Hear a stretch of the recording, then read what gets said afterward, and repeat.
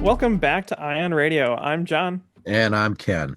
and today we're bringing you our next broadcast episode. Main topic today, we're going to be talking about Aces. Alpha Strike is the system, not with the games we played, but just the system. So that is what our main topic is for today. That's right. So, we'll have a separate episode about our, it was what, 7 missions, John? Yes. Yeah. We'll have a separate episode where we'll talk all about that, our decisions and things like that. But today is like John said, the system itself. So we'll talk about the rule book and boring things like that, right? Yes. But let's first talk about what's been going on with you. Well, I mean, not a whole heck of a lot since the last episode that we recorded. It's been a lot of editing, honestly. In fact, I think you've been doing that. I will say this, the split editing we're doing on our videos has drastically helped in terms of the time commitment. But good God, some of these ACES episodes are long in the tooth for editing. The amount of cards I've had to scan to put Get up on them the up on screen and screen. everything else, and then all the behind the scenes with the images and graphics for here's where our pilots are at and everything else, and the flipping of the cards. It's a lot of the special effects components, and they're actually adding the lasers and the missiles is probably by far the simplest part of all the post-production editing that I'm doing. Uh, but we've also done some sound adjustments, which we figured out what I had issues with on I think in our fifth episode. It's been a work in progress for sure. But outside of that, I really have not done a whole heck of a lot, unfortunately. It's been a lot of work, really. I've been kind of bogged down in a variety of different things. The IT world is challenging in a way, and I think the best thing to say is I'm never bored because every other day it's something new on a cybersecurity front that, well, let's just say I'm just constantly busy. It's been a lot the last few weeks. Yeah. For me, my son had his fourth birthday. So that was a lot of fun. He understands what his birthday is this year. So he was very excited. He had a pizza party and um, like my brother sister came in and my wife's parents and her brother came in. So it was a small little get together, but he had a pizza party. He was excited. My wife did a good job decorating. It was all like Lego brick themed. So he had a lot of fun with that. And then he I think I've talked about this before. He really likes Star Wars and Star Trek and things like that. And he also now has a love for Legos like me. So we got him some Lego sets. And so most of my hobby stuff since the last episode has not been anything like hobby for me. It's been helping him build Lego sets. So I'm starting them off right. We sort the pieces. So we, dump the bag out and I have him sort all the pieces into what type of pieces there are. And he doesn't have the finger dexterity yet to put on like a lot of the small pieces into the right place. But what I'll have him do is I'll point to the instruction manual because Lego has changed drastically since I was a kid. The way their manuals are way better laid out. So it would be like a little box and it's like these are the pieces you need, and then it's highlighted where they go. So Oh I'll be man, like, you don't have hey, to figure that one out on your own by looking at the one graphic. right, like it's right. So like when we were younger, like the early Lego sets, they're like, and then pieces just appear and you hope you saw everywhere that they went. If not, then you'll be in like four pages down. You're like, where did this piece even come from? How is it supposed to stick I there? I remember when my son was about your son's age. and 15 years ago, and they had numbers on the bags so that you knew which bag to open first, which I thought was really cool. Because guess what, folks, back in the 80s, that didn't, you just had one big bag of parts. So, So my other friend and I were talking about that literally today. He had bought in like a collector's edition set and he was building it and he's like, I just don't remember the numbered bags. I'm like, I don't know when they started, but they were not there when I was a kid. And it was like you just dump all the pieces into a pile and then you would sort them out. mhm. And that's why that's honestly why I'm one of the reasons why I'm You so much start. on the you have to sort them first because I just built out of the pile. And then sometimes you're like, you're looking for the one piece. And I'm like, why didn't I think of this as a kid? Because you were just excited to build it. But like, just sort your pieces first. You can build sets so fast when you're like, here's all the normal like Lego bricks here, here's all your plates, and then you just line them up in the size and color, and then you're like, oh, I need a black 2x1 plate, and you're like, boop, doom, done, instead of like sifting and sifting and sifting and sifting. Like I made it so difficult. So he then finds the pieces and he hands them to me, and then I click them in place as we build the sets up. So he really has been enjoying it. I've been enjoying building, why wouldn't I enjoy building a Star Wars Lego set? And then he plays with it. And it's funny, when I was at work one day, he was playing with the set and it broke because, they fall apart. And he insisted to my wife to get him the instruction manual so that he could put it back together. Could he actually follow the instruction manual? Not really, but he opened it to a page and he's like, okay, I'll figure out what I need to do. So it's been a lot of fun doing that with him. And then I also introduced him to Pokemon Uh-oh. and he's been really enjoying that. And so I've been playing on like my Switch, um, Pokemon, and I've been mainly playing the Let's Go Pikachu because he mainly just likes the catching aspect of it, Hmm. and that's mainly what Let's Go Pikachu is. And so we started a save, so it's Johnny, his name, that we call him, is the character, and he found a shiny Pokemon as soon as we started. Like I've never found a shiny like naturally over the course of all playing all the games because they're super rare and of course he finds one right away. And he's like, "Oh, this is normal." So every day he's like, "Let's find a shiny." I'm like, "I would love to, but that's not how this works." So we've been doing that and that's mainly my hobby free time that I've had. So play Legos with him and play Pokemon occasionally. That's pretty Um, cool. yeah. Here's an interesting question though on the Lego bit. Are you kind of like reliving your childhood now in terms of building Legos and maybe playing with them a little bit while building them with Johnny? Legos have always been a huge part of my life. Like I have a lot of Legos. Um, and so yeah, I guess. Um, yeah, I was into Legos before Star Wars came out. So I was building Star Wars with my Legos before Star Wars Legos was a thing. And then Star Wars Legos became a thing. So you guys can't see this, but I have shelves above me here where I have all of my collector edition um like starfighters and stuff like that. I have like the Snow Speeder, the ATST, the original TIE Interceptor, a Star Destroyer, Slave One. I have Obi-Wan's Jedi Starfighter from Episode 2. I have a couple custom build ones and some of like the original Star Wars X-Wing, the first one that came out. And then I have like one of the more modern just X-Wing sets and just to see the difference between them as time goes on Uh, is pretty cool. So Eagle-eyed viewers that have watched Ion Radio for a couple of years now probably remember some of our first episodes where they'd be on top of your bookcase.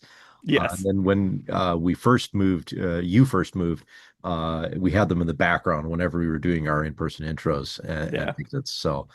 Uh, yeah, so people have seen a few of them, but maybe one day we'll film a couple more at some point. Yeah. So that's been a lot of fun. Life has been really busy for me though. My manager went out for a medical procedure and was gone for like a month. Hmm. So I had to do then my job and her job, which that's a lot. So, haven't had much time. That's one of the reasons why Ken and I were talking about editing, and the last couple episodes of Aces is taking longer, is I just literally haven't had time. And then also editing our last two episodes is a lot. Aces, while the episodes end up being shorter, I would say, are a lot harder to edit just from a pure time perspective. But we'll talk about that like more into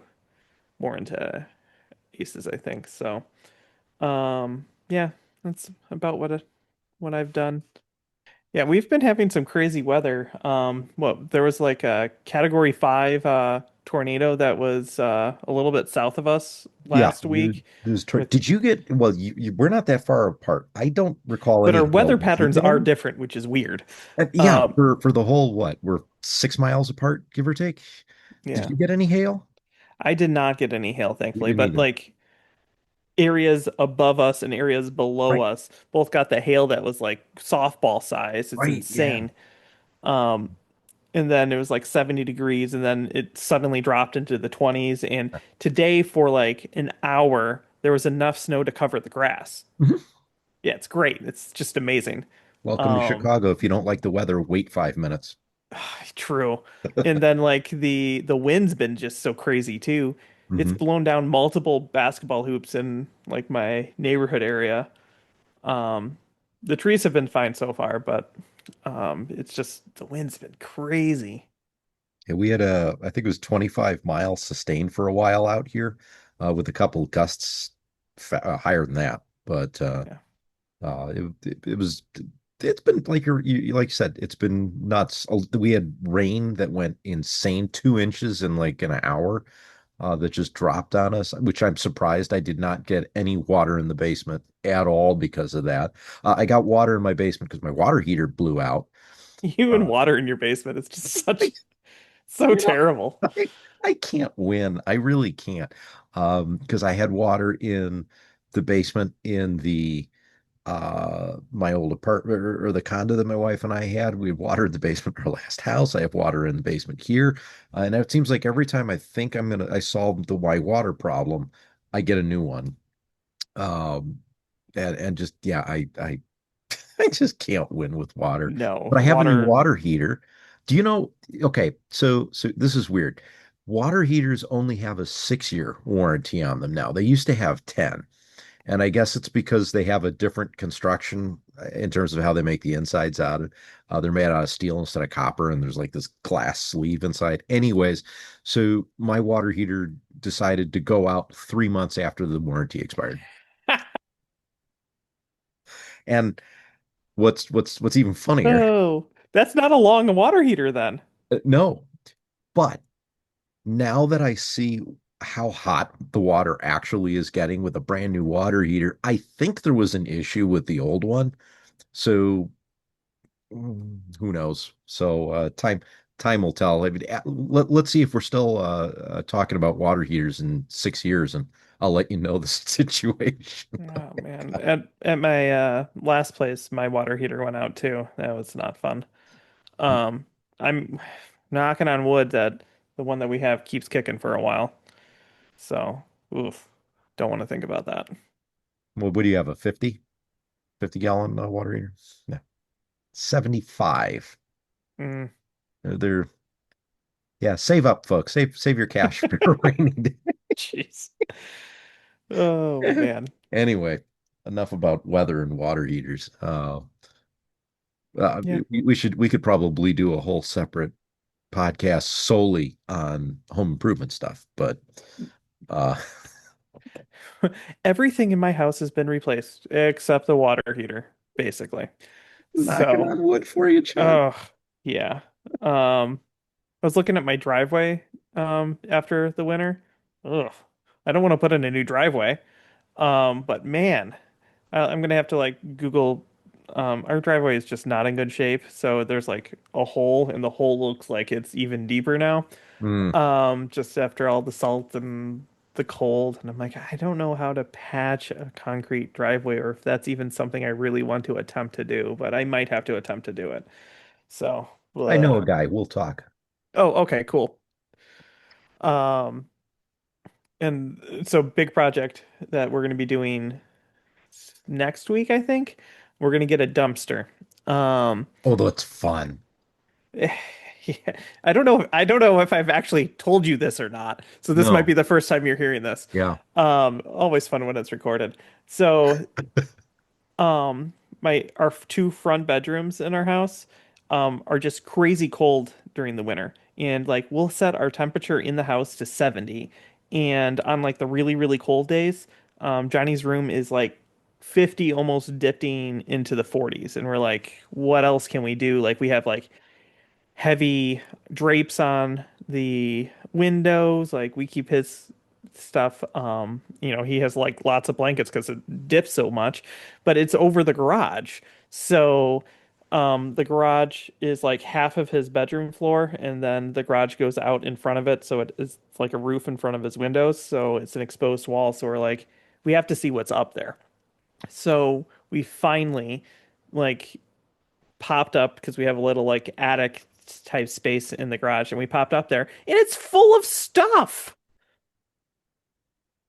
So like I'm looking up there, and I know you know this, like we had plumbing issue, surprise, terrible house. And they had to bust up some tile in the front of the like our walkway, like 9 tile. Don't tell me you The found time. tile's up there. Like we had to like it took us a long time because we were like going to all the stores, and we're like, here's the actual tile. They saved they when they busted up the floor because they had to bust out, I think it was 9 tiles worth of tiles. Um they saved one so we could like read the etching on the back of it, and we were taking to the stores and no one was helpful. And like it's old because it's been in the house for so long. So, this is actually just a fun story too. So we found something and it wasn't exactly right, and I was like, I don't want to put it down, but we got to put something on it because you can't like as soon as you walk into a house have like go down onto concrete and not have tile. Yeah. Terrible. So my mother-in-law was at a thrift store, and there was a thing of tile, and she's like, man, that tile looks really really close to what you had, and she bought it. And like the top tile of the stack was broken, so they and she got her discount, so she bought it for like $1.50, and I ended up using those to patch the hole in it because it's really close, and if you didn't like know it was there, You wouldn't your know. eyes would just go over it, but I know, so I can see it, and we put a mat over it anyway, like a rug. But the tile's in the attic. Well, there's good news, John. If you have more water problems, you get to I don't want any more water problems. Okay, you can have your water problems. I'm done with the plumbing problems.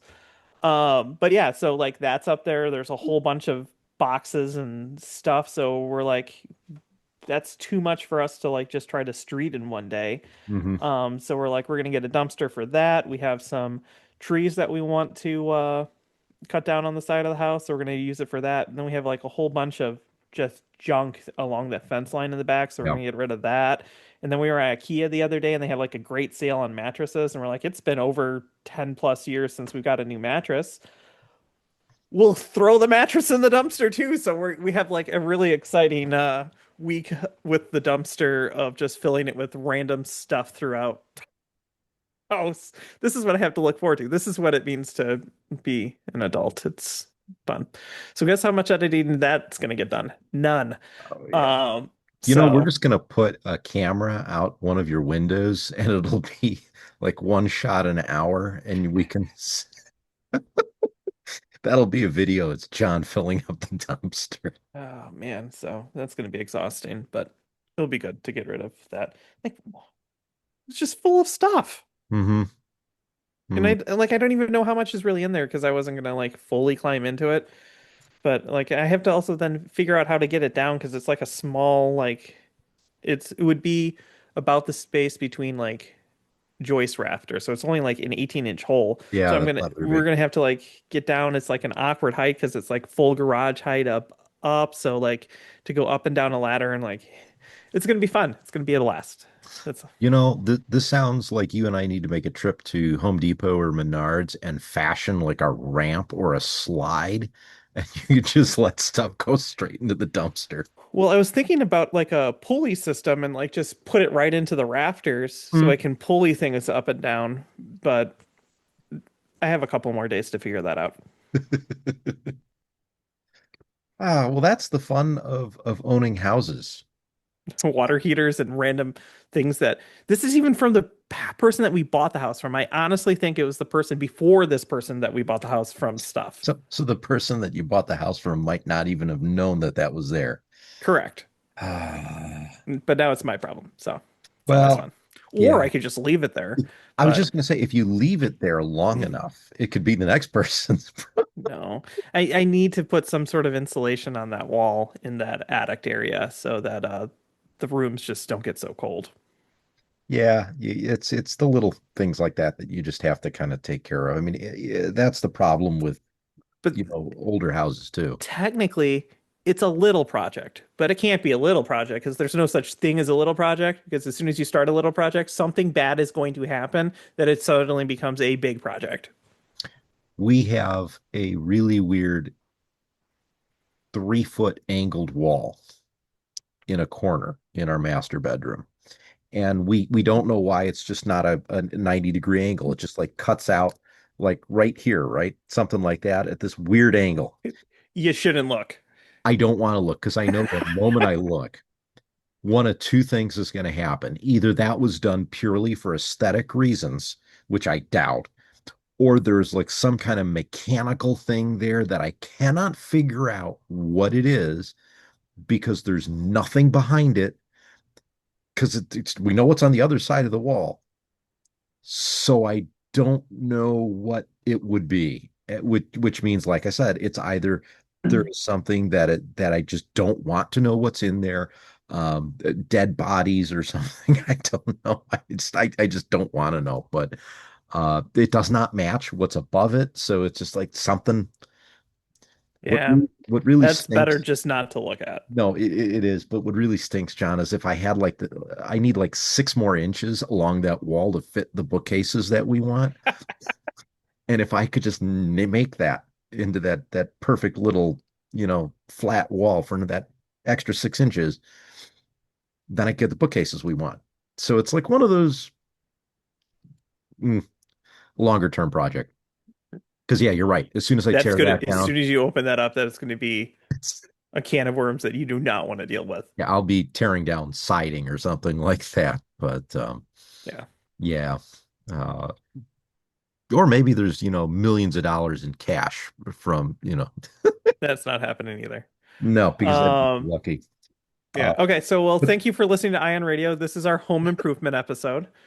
Um, let's actually jump into our main episode now, which is ACES. So you guys have been able to see us do almost our entire campaign of ACES, and while we're gonna dive into probably in our next episode how the campaign actually ran for us and like our forces and the story lore that we came up for our forces and how Ken and I did all of that and how we played the campaign. Today, we're mainly going to be focusing on the system itself. and the system itself, John, is something that you and I, when it first kind of was it came about that there was going to be an ACES product and it was going to be cooperative or you could do it solo. We really kind of like our sights were set on it right away. We played, I think it was the one the Star Trek Nemesis episode or movie battle at the end with the Enterprise with Star Trek Attack Wing. We did that 3 4 years ago, something like that. I know it's way low. Probably longer. Well, I think we were at this house, No, we were right? the other one. We were still at your last house. You are right. So that's at least a year to 2 years ago at this Yeah, point. so 2 3 years ago was when we played it, and we really enjoyed that because it was I think one of the only times that you and I were on the same side during a massive like fight battle, and the If scimitar I'm not was mistaken, run that by was one AI. of the first introductions for you to Attack Wing. Yes, that was my In fact, I believe that was my first or second game ever Yeah. of tech. Definitely my first against a live opponent. Yeah. Because I had picked it up. I think I picked up Attack Wing when it first came out because I was big into X-Wing at the time. And I kind of played around with it a little bit, just kind of learning how the system worked, which was not too dissimilar from X-Wing. And I'm like, oh, this is cool. And then never got into it because I wound up doing more with X-Wing. But I know this is something that you and I got really excited to want to try and play, and people enjoyed for a change seeing you and I on the same side and me rolling really well for the AI instead of myself. Uh, Yeah, that was all. It still was me taking red dice damage, that's regardless if we were on the same team or not. it does. I seem to roll in a way that interferes with your units. Surprise, surprise! Spoiler alert. It's been happening for the last 5 episodes. You guys are gonna see it for the next two.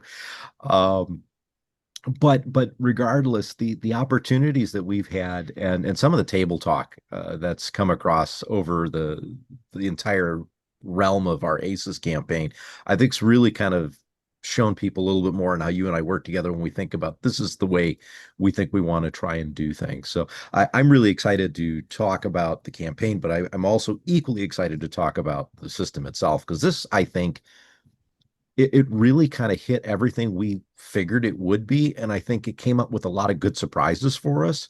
And at the same time, it was a new and unique challenge that took us a little getting used to. But once we got into the swing of things, by the seventh mission, we were really moving fast with it.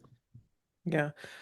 So some history on this because we talked about X-Wing, we talked about Attack Wing, and that's actually where the root of where this came from. Hmm. The game designer, I didn't play Josh X-Wing. Dirksen.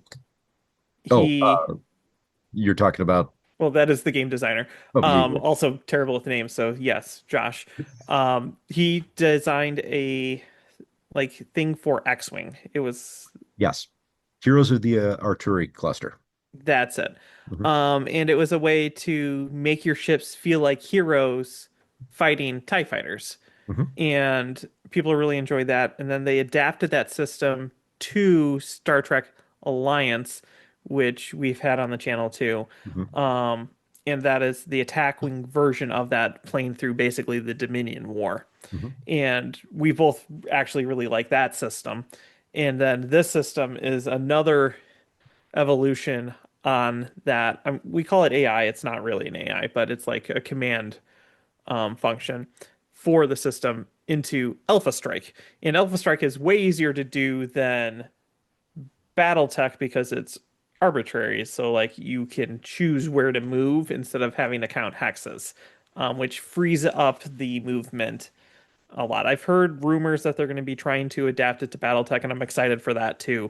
But Alpha Strike is really the home for it because it's more streamlined and there's less things that you have to try to worry about. Like I try to get into AC5 range, but not machine gun range of this unit. Like you don't have to worry about that. So, um, also this version isn't random Hmm. because the other two iterations, both you roll a dice and that will determine what the ship is based off of what you're doing, which does a good job, but it also can throw something in there. Sometimes you're like, that was just a poor move, which is technically what could happen for a person as well playing either of those game systems. I think so. So what's interesting here is with when you look at the Star Trek Alliance game, the ship was static. The opposing ships were all static, and it was a D6 roll on where you wanted to go.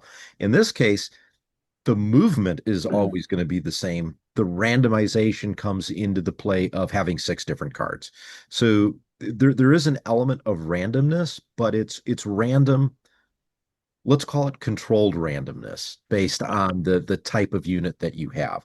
So like your missile heavy units like a Timberwolf or the Bane, as an example, will function more or less the same amongst their six different movement types. And then from what I hear, the next one, Snowblind, will give more mech types or whatnot, along with some more of the same type of cards that'll add to it. That I guess you can mix together if you really wanted to, and get a little bit more randomization amongst your units. But really, what's neat here are the commander cards as well, which help Yeah. limit down what you're trying to do. Yeah. So the game's controlled by the cards on the deck, and it determines the order that the opposing forces are going to be moving in, and the opposing forces will be shooting in. And it has three different categories. So it's like aggressive, balanced, and then cautious. So Mhm. you read through from left to right, so aggressive, balanced, then cautious, to find out which type of movement you should be doing. And then they have this unit wants to try to move into these areas. And what you guys don't see on our recordings is us discussing where it should go, because every movement that takes like 10, 15 seconds that we do on the board, we probably talk through like 2 to 3 minutes of it. That's actually the thing that it gets easier the more you do it. So like at the end of the campaign, we were going much faster, but we don't want to do anything wrong. That's always what we um try Mhm. not to do filming. If we were just playing it, it would probably go faster. Um, but trying to determine where the enemy wants to move, it does a decent job. Mhm. Um, and replicating what a person would want you to do. And then its shooting priorities, it goes through a list. That's actually what surprises me the most. Um, like I can look at a unit and I'm like, this is where I think it will move, regardless of what type of unit it is. And I'm usually pretty decently right because you just need line of sight and Right. angles and things like that and cover. But like sometimes it'll just shoot something and you're like, I did not expect that. Like Right. I would never have done that. The shooting is where I think it differs from like a person. Like um in the episode, one of the episodes that just came out, uh, like a unit has like a weak unit right in front of it, but nope, he's gonna shoot long range, Right. downfield, past everything else, through cover to try to shoot a unit that a friendly unit already shot at. That's what the Yeah. card says, so that's what the card does.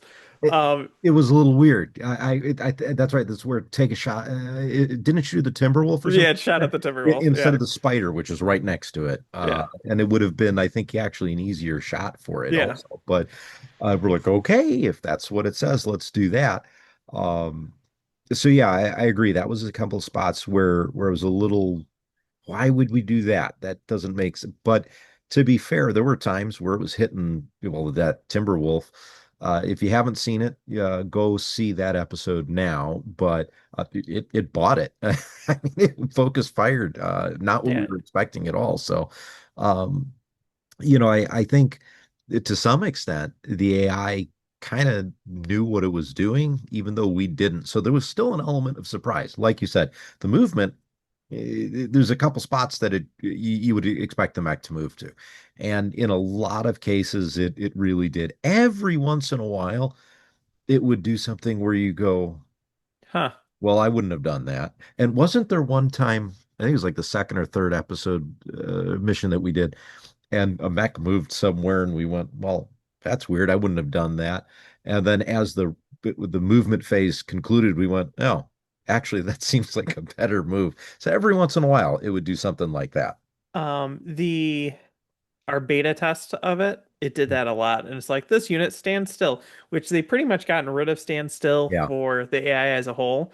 But like when it did it in our beta, I'm like, I would 100% not have done that.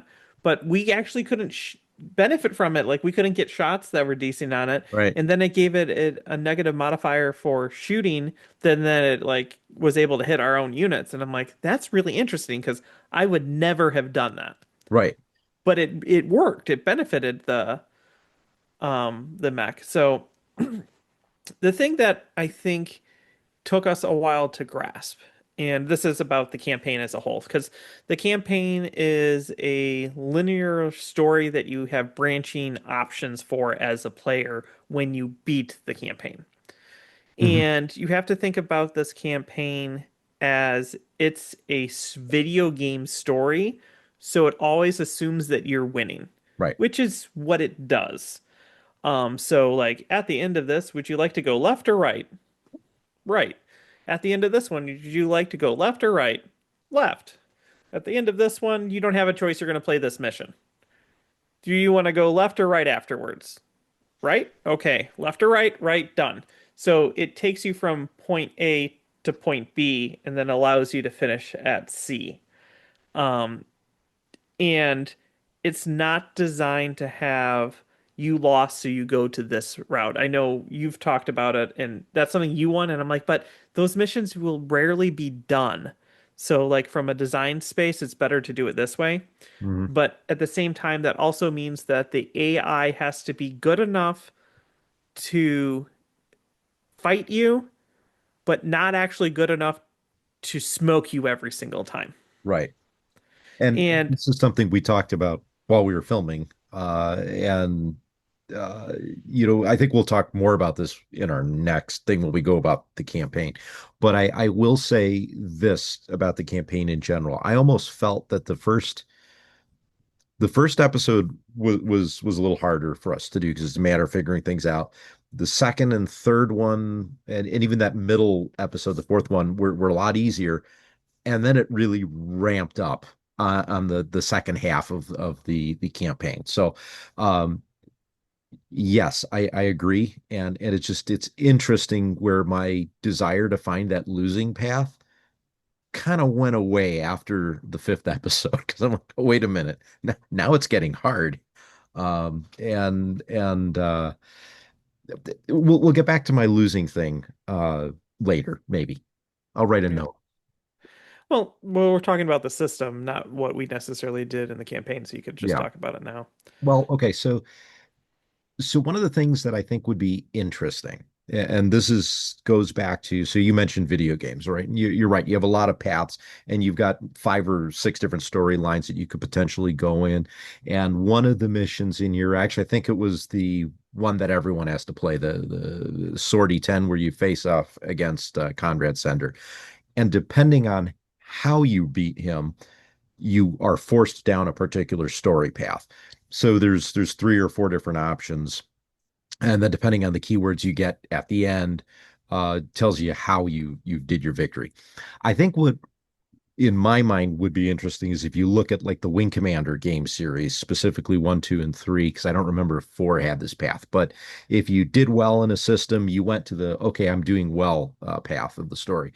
If you don't go do so well, you go to the all right, now the Terrans are losing against the Kilrathi idea.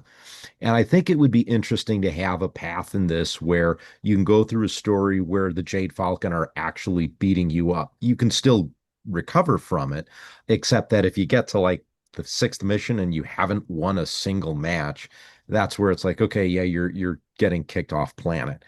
But it'd be, I started looking at it and thinking to myself, right, how would you include that? You'd have another, like you said, 4 or 5 missions that you're not going to really play very often. And even if you did, where's the fun in being forced to have smaller forces and know you're going to get your butt kicked each time? And so that's another thing, like one of the frustrations of like playing each other on the channel. Sometimes like you make a plan for a campaign to be, let's just pretend 7 episodes long, and the idea is like push and pull, and then you have to win like 4 to win. But what if the landslide starts and then you're stuck playing something you don't want to play for a long time? Right. And that's kind of like what the losing route would do. Yeah. Because you don't really want to be on the losing route. So No. most people, I'm not saying that people would cheat, but it's a home game that you're playing by yourself or with your friends. DM it so then you'll win. So you would never really reach these losing missions. And that's just, in essence, a waste of a rule book section when you could just make the campaign longer Yeah. with those missions than try to make a losing. Like just reset and replay it is, Like in I my think, literally example, what the book says right. to do. If you have 5 or 6 different missions, there's another 2 sorties that you can have. Instead of 7, you can do 9 missions over the course of the campaign.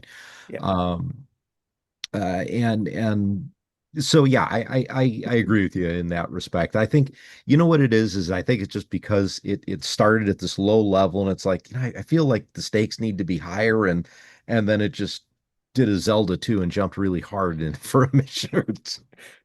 To be fair, it could also have been just the initial missions that we chose. And see now I've also heard that the path you choose might actually increase the difficulty in a way because of whether it's the mission type or in some cases the keywords. We always had money, so we were constantly doing that reconnaissance. I'm a mercenary unit. Of course, I always had money. Um, yeah, and boy, did we play with that mentality Yeah. in terms of Would you mercenary like to spend money. 300, 400, 500? Sure, whatever. Sure, yeah, Do it. whatever. I'm good with Um, that. but yeah, it's I agree. So my mindset on that has changed from the beginning, and I think it's just because we hit. I think it was that third episode that we did right before we met Conrad Sender, and it's like, man, I feel like this is almost too easy. And I think maybe it's because the one where we're in the dark and we just got lucky where every waypoint that we needed was the first set that we got. Yeah, So sometimes luck is a big factor in it too. and I think I think we just got really lucky in missions 2 and 3 that we didn't have buildings that got shot down. We found our data right away. It seemed to work out really well. Uh, at least in respect for how our forces did. If the waypoints were different or we did it on a slightly more difficult level as opposed to standard, I think things would have changed. Because if we're not fielding as many mechs, you're looking at a different way of how you would have to approach each mission. Yeah. The AI, to bring us back to where we were, the AI though isn't designed to significantly beat you up. It is No. designed to be a player to play against and Mhm. enjoy. And while both of us during that time period are like, we kind of want a real challenge, and later in the missions, it did feel like a challenge. Um, it's not designed to do that. It's Mhm. designed to be an enjoyable game to play, not I'm going to club you in the head as soon as we start playing. And as soon as we realigned our expectations for it, like we were already enjoying it, but then it allowed us to enjoy it again because our Yeah. expectations of what it actually was doing, because we were learning and what it did finally met at the right point. Yeah.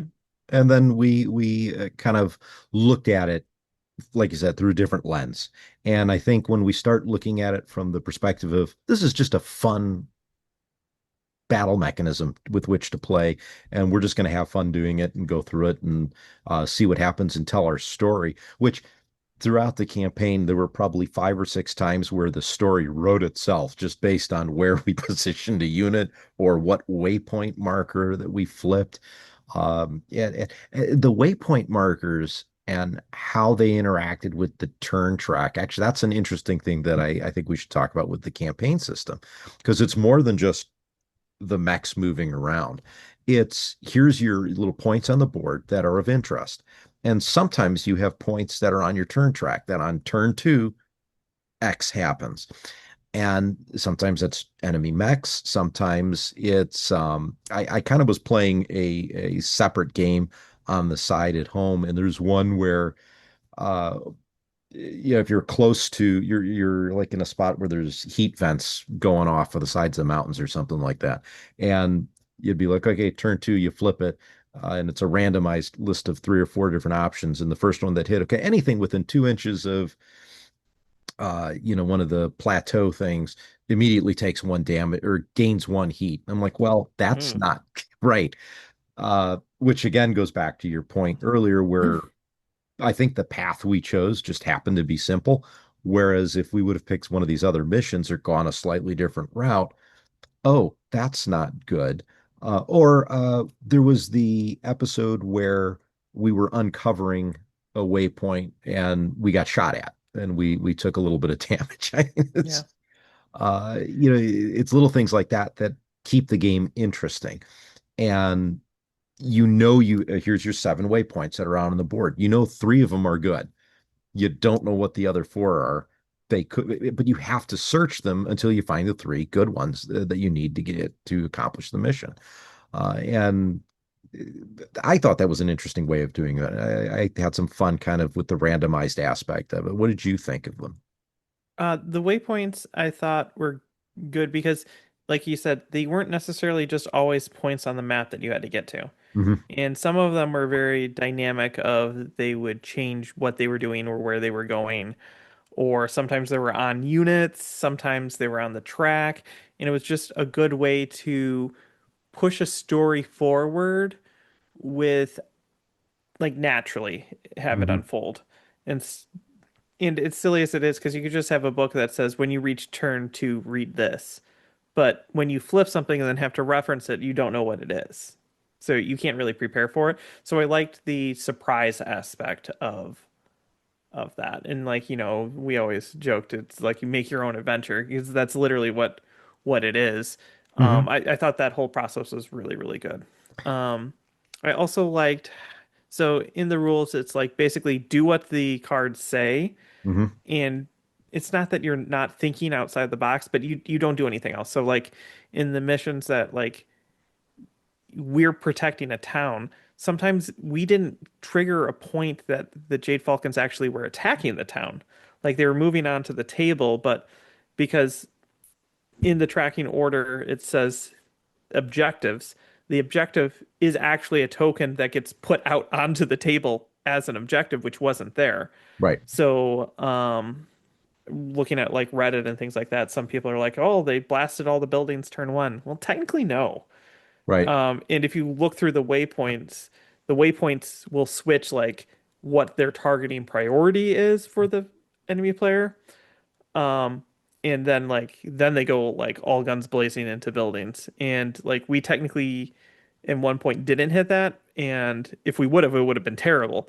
Um, but Yeah, you because just do what the cards say yeah. and you follow them, even though like if that was a real player, they would have just walked on the board guns blazing. But Oh, that's yeah. not what it is. But it's more of a story because it's the campaign for it, which is more of what an actual force probably would have done, which was, get onto the table, set themselves up, fight you a little bit, and then go after objectives, not just like a It player because I'm going after objectives because that's how I win, isn't how the the AI is designed in that case. no, But what as I soon as think, it switches on, it's gonna just oh, it's gun going to force. pulverize what's out there. Yeah.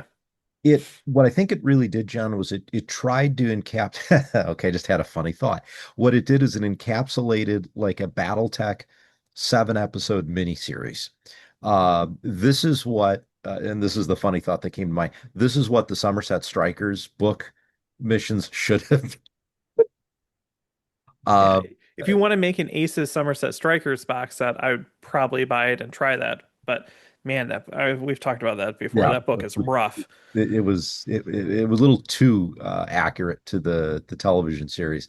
So Josh, if you're watching this, there's two things you can kind of do, which would be cool, would be Somerset Strikers in the Aces format, and then come out with an Ion Radio. We are going to beat John and Ken's senseless deck, commander deck, just for us because we would love to play it. Um, yeah, so you're right. It's you don't do anything that you would want to do. It's the cards do this, and it because it serves the narrative and the fun of this campaign. And I'm assuming this is going to be the same moving on through the other three boxes. Is it three boxes or two boxes more? Was there four total, I I think think? four total because each major book release, I Yeah. think, is getting one. So we'll get one for this. We'll get one for the Dominions Divided. That's the Mhm. Snowfall one. There's Fallen Empire. I forgot what the name of the book is, and that's going to be more in that Marek, um, Lyran, Yeah. Wolf Empire area, and then there should be like an Ilklon Right. era one, like closer to Terra, probably with Liao or um, Clan Wolf or something like that. So there should be four. So like each major theater that they broke into during the Ilkhan source books should have one. Right. So it's the narrative, it's the story, it's what they're trying to do. So part of it is the coming at it from that perspective of I am playing through the story. Like John, like you said, it's like going through the old Mech Warrior games. Yeah. Like here's the story. You're not getting away from the path that you're taking. Your mechs might be different. Um, but again, that's half the fun. As was building up characters that we had and kind of leveling them up. We'll probably talk more about that when we get into the campaign. But from the perspective of, or well, our specific campaign, but just from an overall perspective, I thought Edge and being able to use that was kind of neat. Didn't come into play very much initially, but it did a lot more later. The Uh, more we learned about it, the more we used it. right. If I And were to start it over again, I would use it off the beginning yeah, and it would change a lot of different things. some of the abilities were really cool. I think other ones maybe we just haven't figured out the Well, right that way to that's do it. actually a criticism I have for it, but that's a criticism for BattleTech and Aces as a whole. You have certain abilities, or I forgot what they call them because no one ever uses them. They're just not balanced well. So like these are actually better balanced than the actual BattleTech and Aces one, but like some of them I still wouldn't use. Mm-hmm. Um, I feel like we rolled more no criticals than we did actual criticals. And like there's like you could take an edge ability, one of them's like you can make an 11 into a 12 to do a critical damage. Yeah. I would never take that because one, being able to roll an 11 is two chances out of 36. And then I also then have to roll a critical, which our luck so far has been no critical on almost everything we've rolled. We Like did do that a lot. I just don't see that being all that useful. But like compared to like Coolant Flush, which I would just Oh, strap yeah. that on every single Everything. mech that I have that has Mhm. heat, um, which was amazing, and I would continue doing that. So like they're not necessarily like they're all decently Yeah. cool ideas, but some of them are just way better than others. And I don't even know if we used all of them. I don't think we ever used Speed Freak, Speed Demon. No, I Speed think there's Demon. one time where we were thinking about using it, or maybe we used it once. We Uh, used Nimble. Nimble, we definitely used a couple times because that gained you the extra TMM. Yeah. I'm actually looking at the deck now to see what else we had. I don't think we ever used Melee Specialist. I Or used no. melee special, but I built that guy to be a melee. So he Right. used melee and he used assassin because if you get in the back, those kind of went together. Right. So that was kind of a neat one. Mark's one was one that I looked at, which is after rolling for an attack, spend one edge to cause one attack roll of 11 that hits also inflict, which is what you were just talking about. But again, But same like thing. compared that to coolant flush, Right. like Where it's spend coolant up to flush, two edge to reduce your heat. Sure. yeah, Although when we had a couple different guys that had six, seven edge points, uh, didn't we need to open up a second box just yeah, we actually did need to open. Well, one of the missions needed edge tokens on like the board, right. and all of our guys had like 10 of it themselves, so we needed another box of Here- that. Here's one. Patient. After rolling for an attack, if you used standstill movement this turn, spend one edge to reroll all of your dice. When are you ever going to not move? So I actually took that one. Did you? Yeah. Because Hmm. the blood ass sometimes would just stand still because I could overheat and get really good numbers And then flush out. and then flush out the heat. So like it builds into it. So that one I see use for Okay. because but that's also because I'm a very aggressive player and don't mind sometimes just standing still Taking a and couple taking hits. shots. Yeah. But you Um, have to uh, you're only doing that really in an assault mech. If you do that in a light mech, you're dead. yeah. Yeah. So um let's dive back into the cards. So what, speaking of heat and stuff, I actually thought that the heat system for the attack cards was really good. Oh, yeah. Um, That was neat. Uh, Go ahead. so in the attack card, it you come up with your target priority, and then it will ask you basically what your target number is, and based on the target number, it will tell you to either uh, add how much overheat to do, or there's usually three options, Mhm. or do something else, or usually the last one is if you have heat, don't fire because Right. it's just an unreasonable number, so cool off. So we'll use Um, this one as an example. This is the back of the Striker Combat card number 978. So if your target number of is three or less, or this unit is destroyed, which occasionally came up, use the maximum overheat value. If it's five or less, and OV might let the unit hit the target structure, use up to X number. In this case, it's three. And then here's the one where if the target number is 10 or more, and this unit has any heat, don't attack, which I think came up a couple times. it actually came up quite a few times. Right. So as a whole, I thought the system really, really worked. Hmm. Now that we're done with our campaign, it will be interesting to see if we can just use the mission cards and play the AI in a different mission Mm. and come up with like, do we put objective tokens on the board? Because that's honestly part of I think the biggest challenge for like making it work in a non-narrative way is like how do you use the objective tokens because they will target down whatever the objective is. And So, a lot of cases, it's what's the ideal blue or red or yellow, I think were the case, which is based on the commander cards. but every single one of them is target the objective first. Right. So So, it's a matter of figuring that out.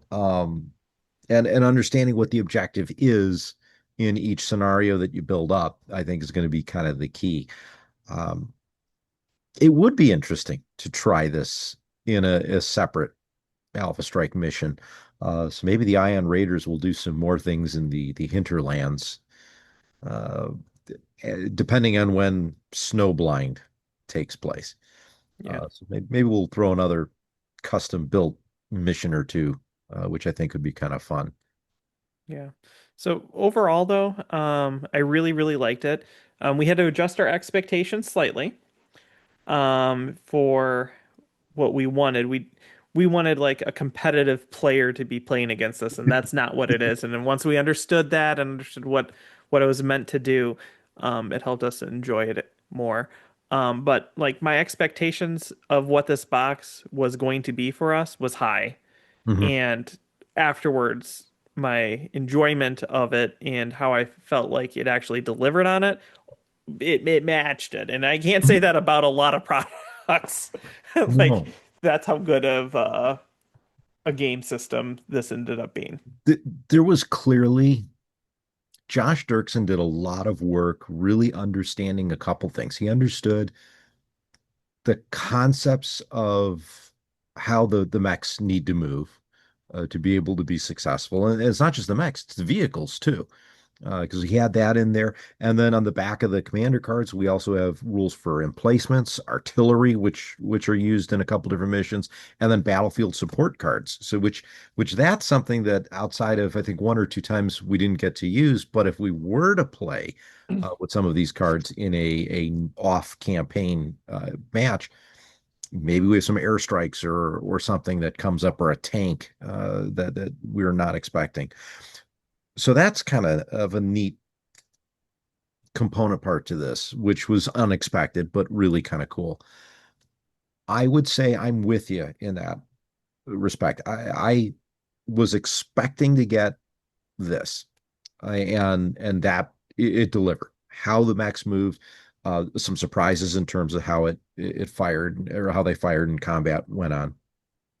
I think the other thing that I got out of this is that Josh must have spent time really understanding the BattleTech lore because this I felt like I was going up against a Jade Falcon force from this era that's not really hell bent on taking over Terra, but like, well, we're just kind of left here and we're gonna defend our homes as best we can. So they felt aggressive like I thought they should be.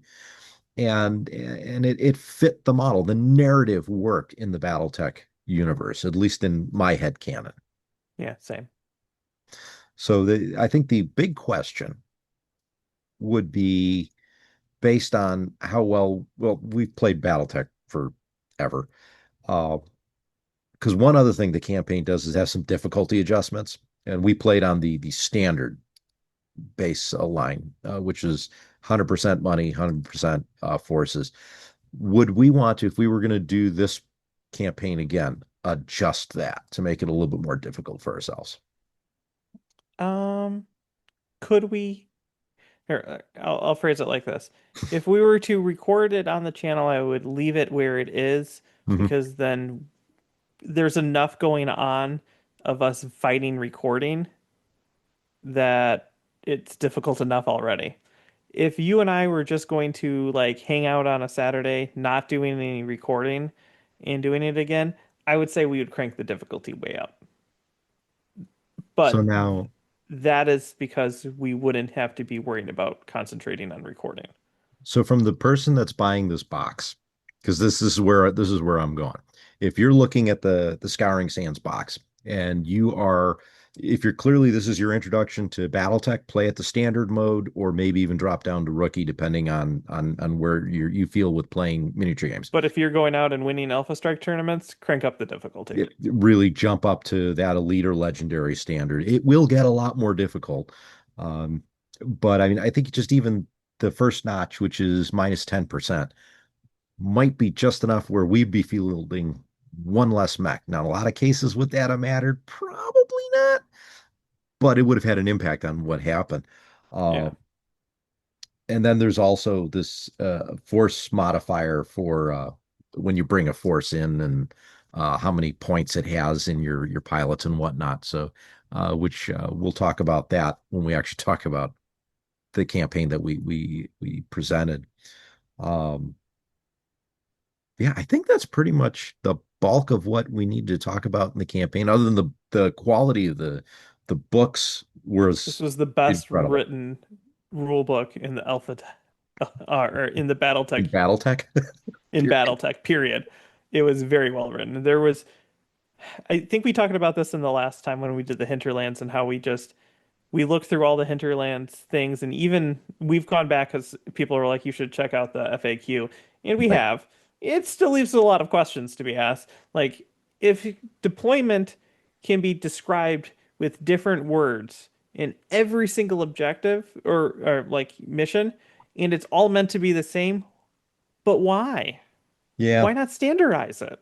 And this book was stand. There was never a point in this book that I went, "Oh, I have no clue what they want us to do in it." No. There was, I think the worst thing that we got was occasionally it would be, all right, we've got two or three spots that we can move one of the Jade Falcon forces. And in the book it says, what would you do? Pick one of those three spots that makes sense to you. And we did. Um, Yeah, but that's the cards. That's but like the that's AI the card system that not running. that's part of the system. But even then, that was okay. What do I do now? Was still written in the book, so there really That is wasn't fair. wasn't much. If I was going to have, so I'm going to have a single complaint about the books and it's the story. It's Josh. Do you have to pick a planet that is near impossible to pronounce? Uh, Now, that said, I've said Appalachia enough times that I'm probably still pronouncing it incorrectly, but you couldn't just do like dust ball or, or Yeah, yeah, that is true. my one complaint is that, if I'm really going to be honest. But Yeah, otherwise, yeah, it's great rule books. The concept behind it was fun. It did exactly what it set out to do, which is tell a compelling BattleTech story over 7 missions. And if John, you and I wanted to play this again with the same mechs, but intentionally make different choices of which missions we want to go to when we can, I think we would have it'd be a different experience, but we would still get the same level of enjoyment out of it. yeah, I would agree with you. Um, Also, like what comes in the box is all the terrain except for the buildings because the buildings come in the Alpha Strike box, so you should buy both of them. But like if you just bought those two items, you would be able to have an entire campaign because you have enough forces for you, enough forces for them, all the terrain that you need in Mhm. cardboard. And as you saw, we used only cardboard throughout this entire campaign. in it, and that was an intentional choice. Like, I think you have 3D printed stuff that we could replace it with Yes, I do. Somewhere, somewhere but not handy in your basement. in my But basement. like, it was good enough for us to film Mhm. on. It's good enough for people to play at home. Like, I have no complaints about that. No, And actually, the only thing we did change out were the trees. We, well, we, the but trees we added, and then yeah, I the went through and I cut templates. out all the templates for everything. That was a project in itself, but that was more of just I would have done that regardless. Yeah. Um, but yeah, it just worked really well, and Mhm. like I'm trying to think of what I would want to complain about, and I can't because I really just enjoyed it from Mhm. beginning to end, and we both had fun doing it, and we would very much so repeat it, even if we Yeah. weren't doing it for the channel. We might And redo it for the channel, we but might. like, it all really depends on when Snowbound comes out. Yeah. Yeah. Which I hear is this summer. We'll see. Wouldn't that be nice? Time will tell. Yeah, it'll be end of the year, but hey, you never know. Maybe we'll get lucky, John. Um, but I think, yeah, with the components you get from the BattleTech or the Alpha Strike main core box, the ACES box, you don't need anything else. And then what if again, if this is your introduction into Alpha Strike, you can go through the campaign, maybe play 2 or 3 missions and go, man, I really wish I had this mech. Go find that force pack, pick up that, get that mech, throw it up on the table, and away you go. And then you could have fun painting them up like we did, which I know we're going to talk about when we talk about the full campaign that we filmed. But yeah, this was fun. It was easy enough to figure out how to go through. And then you had those 2 training missions. The one that kind of was the walkthrough of exactly how the ACES project worked. And then you had the simulator mission, I think, which we didn't film. I know I played them. I'm assuming you did as well, John. So, Yeah, I you played him know, with my son. right, that's right. You talked He about that. he rolled, and woof, he So, got his okay. father's rolling. I was going to It's ask, is it bad. your It was rolling or is it bad. mine? Okay. It was So, bad. But no, so like this is also just a good entry point, I think, mhm, for BattleTech and Alpha Strike as a whole into the universe for people, mhm, because I could bring someone in and be like, this is your mech and you can do what you want with it. And it's not me trying to kill them. Because mhm. that's usually where war games are, right? Like, Yeah. come over and let's play this game. It's super complex and I know what I'm doing and you don't. So let me try Yeah. to teach you. So like, am I pulling my punches or do I just go out and just wreck you? Like, what's this? Like, what's the entry? This is a great entry point because it's we can fight this together Mhm. type thing. And the AI, like I said, it's not a competitive player. It's just doing what it needs to be a competent player. That's actually what I want to call it. It's a competent player. It, It's not it a competitive player. it's a great kitchen table player. It's not the go to an Alpha Strike tournament player. Correct. And that would be a good entry point and not Mhm. like burn bridges. And for the cost of the Alpha Strike box and that is still less money than a intro box for Warhammer or really any other Yeah, competitive game. and you Because most don't competitive games are like 150 to $200 now, just and you would for get get both started. of those like 60 to 70 each. So you're looking at for the Alpha Strike box and the campaign box at like 140-ish as well. So Yeah, like yeah, yeah. this is really good for the company. This is it's not only yeah. So it's good bang for the buck. It's a good story. Great intro point into BattleTech. Tons of replayability. I mean, I kind of want to redo this again. Again, like you said, depending on when Snowblind comes out.